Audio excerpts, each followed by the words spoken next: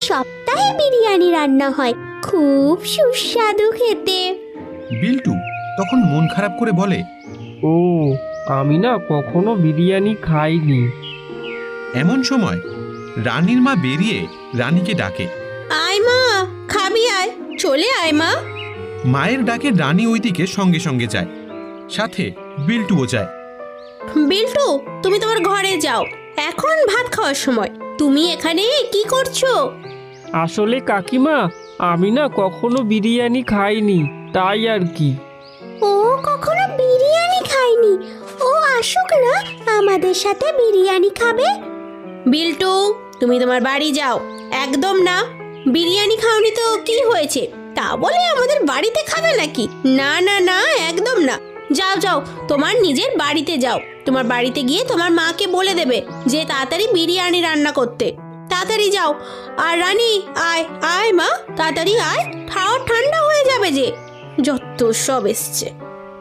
রানীর মা রাগে গজগজ করতে করতে রানীকে টেনে ঘরের ভেতরে ঢুকে যায়।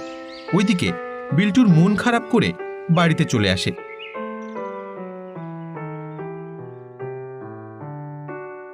এবং বাড়িতে এসে দেখে তার বাবা ও মা দুজনেই বসে আছে। মা, ও মা, আজকে কি রান্না হচ্ছে গো? আজকে আজকে আমাদের একটু ওই শাক ভাজা আর ভাত আর ডাল হয়েছে। তুমি কি গো মা, একটু বিরিয়ানি তৈরি করতে পারো না? প্রত্যেক দিন খালি শাক আর ভাত রান্না করো। আজকে আমি বিরিয়ানি খাবো, বিরিয়ানি ছাড়া আমি অন্য কিছু খাবো না। বিরিয়ানি করতে কত খরচ তা জানিস? যা হয়েছে খেয়ে নে, টাকা কি গাছে ফলে নাকি? বিল্টু তখন বায়না করে সে আজকে বিরিয়ানি খাবে, কিন্তু বিল্টুর মা বিল্টুকে একটু বকে দেয়। একদম না, আমি বলছি না, আজকে আর হবে না মানে হবে না। বিরিয়ানি খাবে নাকি? লাট সাহেবের বেটা এসেছে রে, যা হয়েছে তাই খেয়ে নে। এটাই যে তোর ভাগ্যে জুটছে আমাদের মতো গরিব ঘরে, সেটাই অনেক রে বাবা।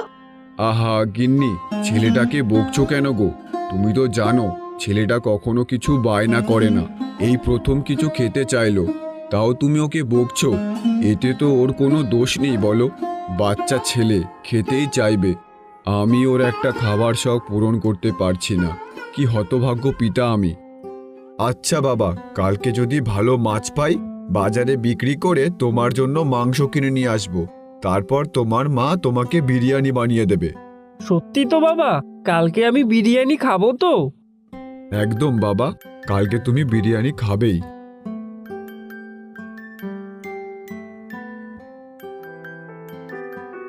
হায় ভগবান,